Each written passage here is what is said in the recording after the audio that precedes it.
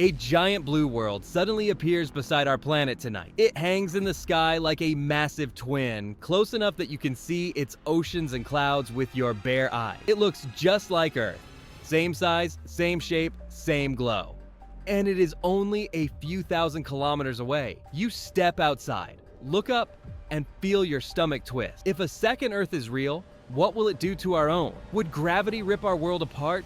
Would tides rise and flood cities? Or could this new world become our strange neighbor forever? Before things get worse, let's find out what happens the moment a second Earth shows up next to ours. First, space does not allow two planets of Earth's mass to sit peacefully side by side. A world like that would crash, pull, twist, and stretch our planet in ways you have never seen. But in this story, we are going to follow the rules of physics and let a twin Earth appear suddenly, without a slow approach. It simply pops into existence beside us. That is when everything begins to change. At first, you would not hear anything. Space is silent, but you would feel something.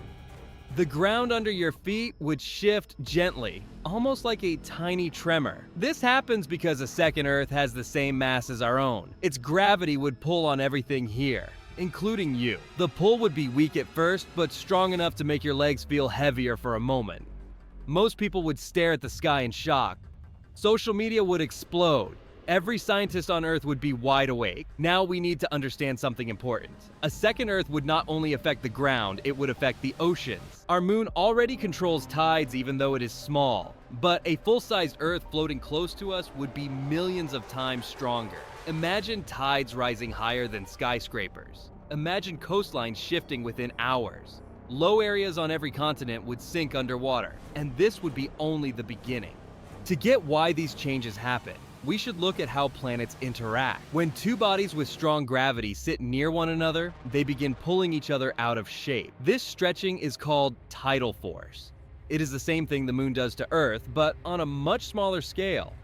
With a second Earth, the stretching would be violent. Now picture the two planets hanging so close that both fill each other's sky. Their combined gravity would be locked together like two giant magnets. They would start to orbit a shared point between them. In science, this is called a binary system.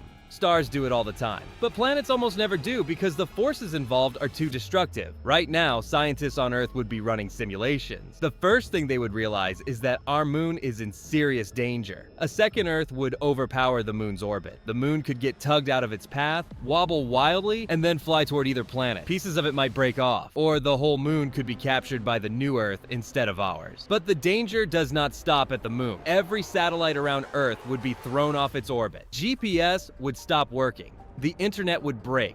Communication would fail. Planes would lose navigation system. Even the International Space Station would drift and possibly fall back to Earth. Okay, now things get rough fast. As the second Earth stabilizes beside us, both planets start pulling harder on each other's crust. Earthquakes erupt across continents.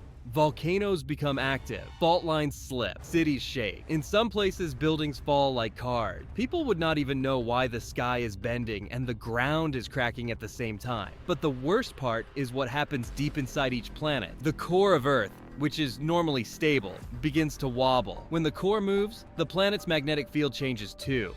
And if the magnetic field breaks down, our atmosphere loses protection from solar radiation. Power grids fail. Auroras appear far from the poles. Some places would light up with bright colors. Other places would lose electricity entirely. Meanwhile, the new Earth would also be under stress. Its oceans would rise. Its crust would stretch. If there is life on that planet, it would be going through the same disaster we are. But what if that new Earth is empty?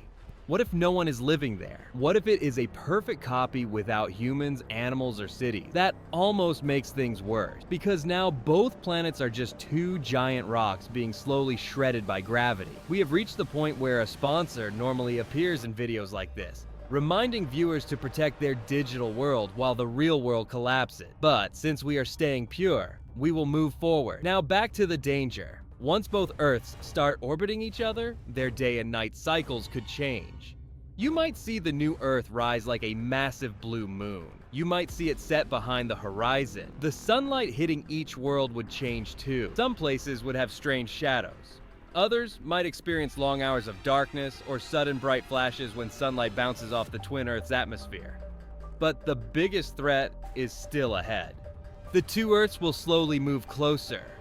Gravity pulls them inward like two heavy balls rolling into each other. You cannot stop this. No planet can resist that much force. The distance between them shrinks. Tides grow higher. Earthquakes hit harder. The crust breaks in more places. Lakes empty. New rivers form. Old rivers disappear. The atmosphere becomes unstable. Storms grow huge. Wind speeds break records. Rain falls in sheets.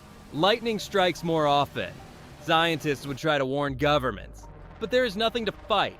No weapon, no barrier, no escape. Some people might attempt to leave Earth using rockets, but very few would make it into space safely because orbital paths are ruined. Now we reach the most intense stage. When the second Earth gets close enough, both planets begin stretching into oval shapes. The sides facing each other bulge outward, mountains crumble, oceans spill over continents, lava rises, tectonic plates tilt. You might look up and see massive cracks opening in the sky as the second Earth's gravity tears apart our air layers. Seconds later, the two planets reach a point of no return. Their gravity becomes so strong that they cannot stay separate any longer. They begin falling into each other. But even before they touch, everything on both worlds would be destroyed by tidal forces. Buildings crumble, oceans rise up in walls, air itself becomes compressed and heated. Every living thing on the surface is torn apart long before the planets collide physically.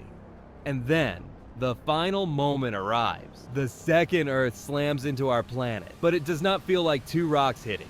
It feels like two liquid bodies merging. Planets are mostly molten inside.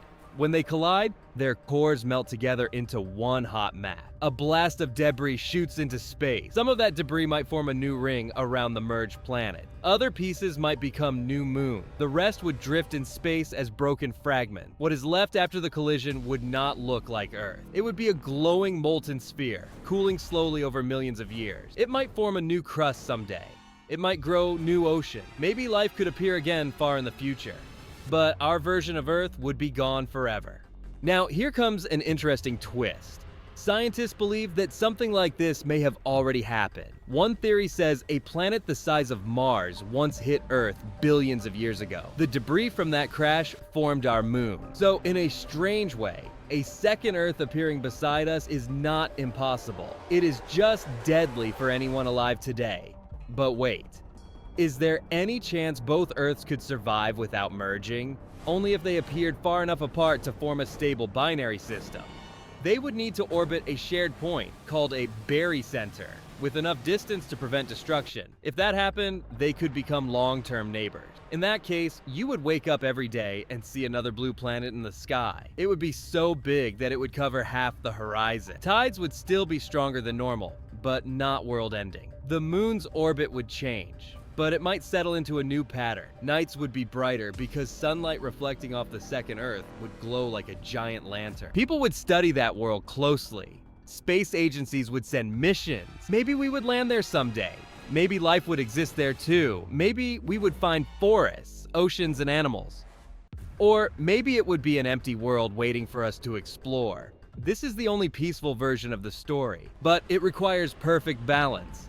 Any small drift in orbit would pull the planets closer. And if that happens, the cycle of destruction begins again.